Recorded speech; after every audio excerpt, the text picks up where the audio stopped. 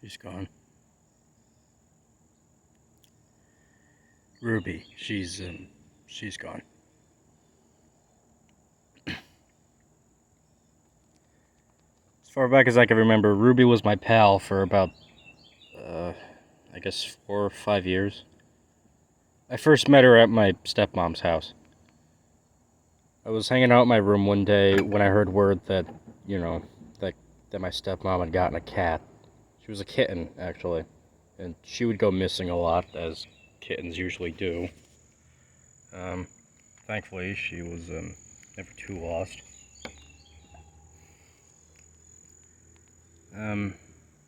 She was an indoor cat for the most part. The other kids never really took care of her, so I figured I would.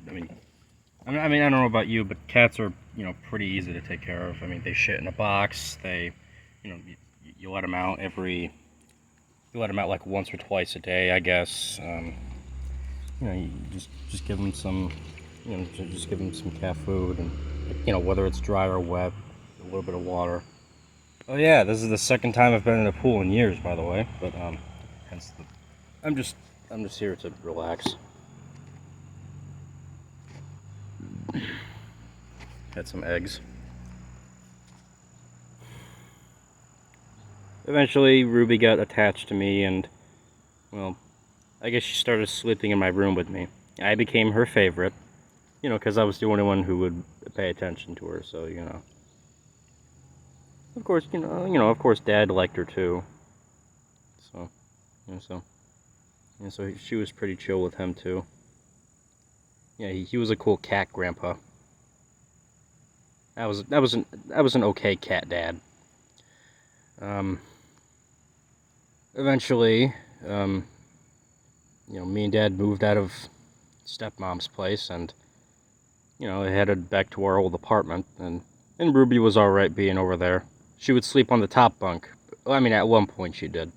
I had this bunk bed that I didn't really use much. There was like a bunch of clothes on the top bunk. I remember sleeping on the top for a while, but it sucked during summer. So eventually, I moved down so that the air conditioner could actually reach me. And Ruby got the top bunk. I just slept on the bottom bunk because it was a lot cooler down there. And before that, before I moved my mattress down to the bottom bunk, there was like this box spring with a hole in it, and she would sometimes crawl into it and go into the void. I called it the void. I don't know if she liked going in there or not, or if it was just like cat curiosity or whatever. But whatever. She was chilling. I remember one time I was working on a sketch, and Ruby, for whatever reason, decided to jump at the. She decided to jump at the window curtains, and her collar got caught on the little drawstring thing. So, when I heard her meowing, oh hey Oreo, when I heard her meowing, I immediately got up and I just took off the collar, and she was fine after that. See, the drawstring things were tied in a way so that babies wouldn't mess with them, because sometimes stepmom would visit, and she would bring my baby sister and my baby brother with her. And Oreo, get out of here! I'm doing a eulogy. Come on, get. I don't have any eggs for you. See, look, I ate them all. What are you looking at? Anyways, where was I? Yeah, so after that, I guess Ruby was just without a collar. But just whatever.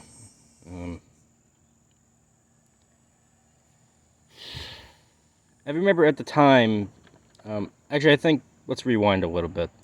When I was at stepmom's place, I remember one time I got Ruby a harness so that I could take her outside, because I was getting worried that, oh, nope, dude, no, I don't think that's even good for you.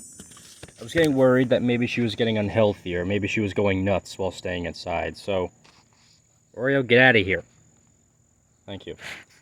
Yeah, so I was getting worried that she was going like stir crazy or something. So I tried taking her outside once or twice, but yeah, she wasn't a fan. I thought about just like letting her out like unleashed, but I was kind of worried that she would get lost or something would hurt her, something like that. So I figured the harness was the way to go, but admittedly I just got tired of trying, so I just let her stay an indoor cat for a while. And sometimes when me and Dad moved back to our apartment, I sometimes accidentally let her out sometimes. And, well, sometimes she would get lost. I can count on one hand the times I don't think she got lost per se. She just kind of disappeared for a bit and wouldn't come out. Like, I like to imagine she would sometimes just be lurking in the shadows and staring at me, like judging me from afar.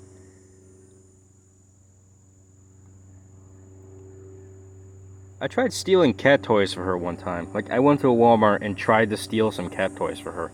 I tried getting her a blue one because I hear that cats can see that color the most, so I figured she would like it. But I can't even remember how it happened, but I think I got caught.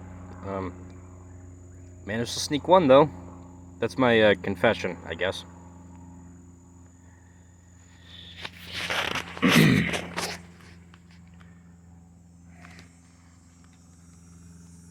I don't know if that was for like Christmas. It was probably for Christmas because I have no idea when Ruby was really born.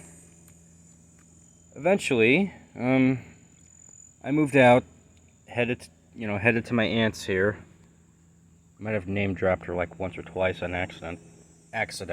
All right, so good thing I didn't drop the last one. But anyways, for a while, Ruby was okay with living here. I mean, it took her a while to get used to all the other cats. Trust me, there's a lot of them. Eventually I guess she asserted her dominance here and there, and, they started leaving her alone. Then eventually, well, I can't remember if it was my idea to let her out or if somebody let her out on accident, but one thing's for sure, eventually Ruby finally became an outside cat. No harness required. She just started walking around the pool deck at one point. I know I recorded some videos of that.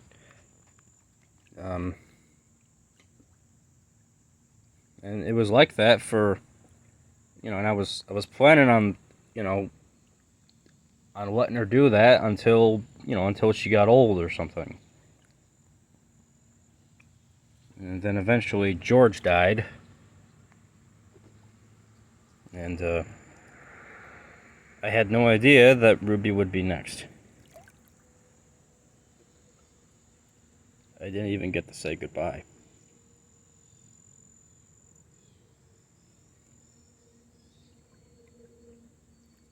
Would have at least liked to, I don't know. My cousin, he came to my room a few hours ago, and, well, as he was leaving for work, he said he found Ruby near the driveway, and I immediately went outside, and she was stone cold. I was speechless. So, after my cousin left, I tried texting my aunt and my dad, asking both of them, what the hell should I do now? Dad responded first and just told me to bury her. I mean, what else are you supposed to do? So I went to the shed, I grabbed a shovel, and I went into the... I think it goes without saying. Before that, though, I swaddled her up in this old blanket I've been holding on to for a while. It's this dark blue, like, really velvety one. I don't know. I don't know what fabric it is, but I wrapped her up in that and took her deep into the woods. And and I guess after that I tried to cope, sort of. Got myself some eggs and just dipped into the pool.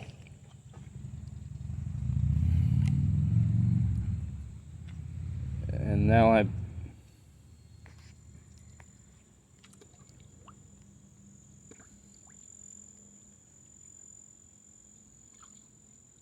so I guess in conclusion, My best friend is dead, and everything is worse now.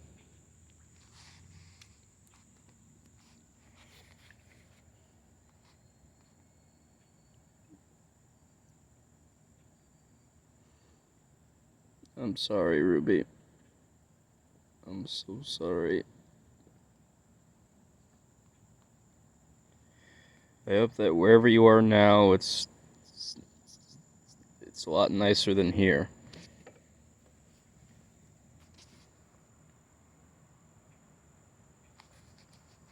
I love you, Ruby.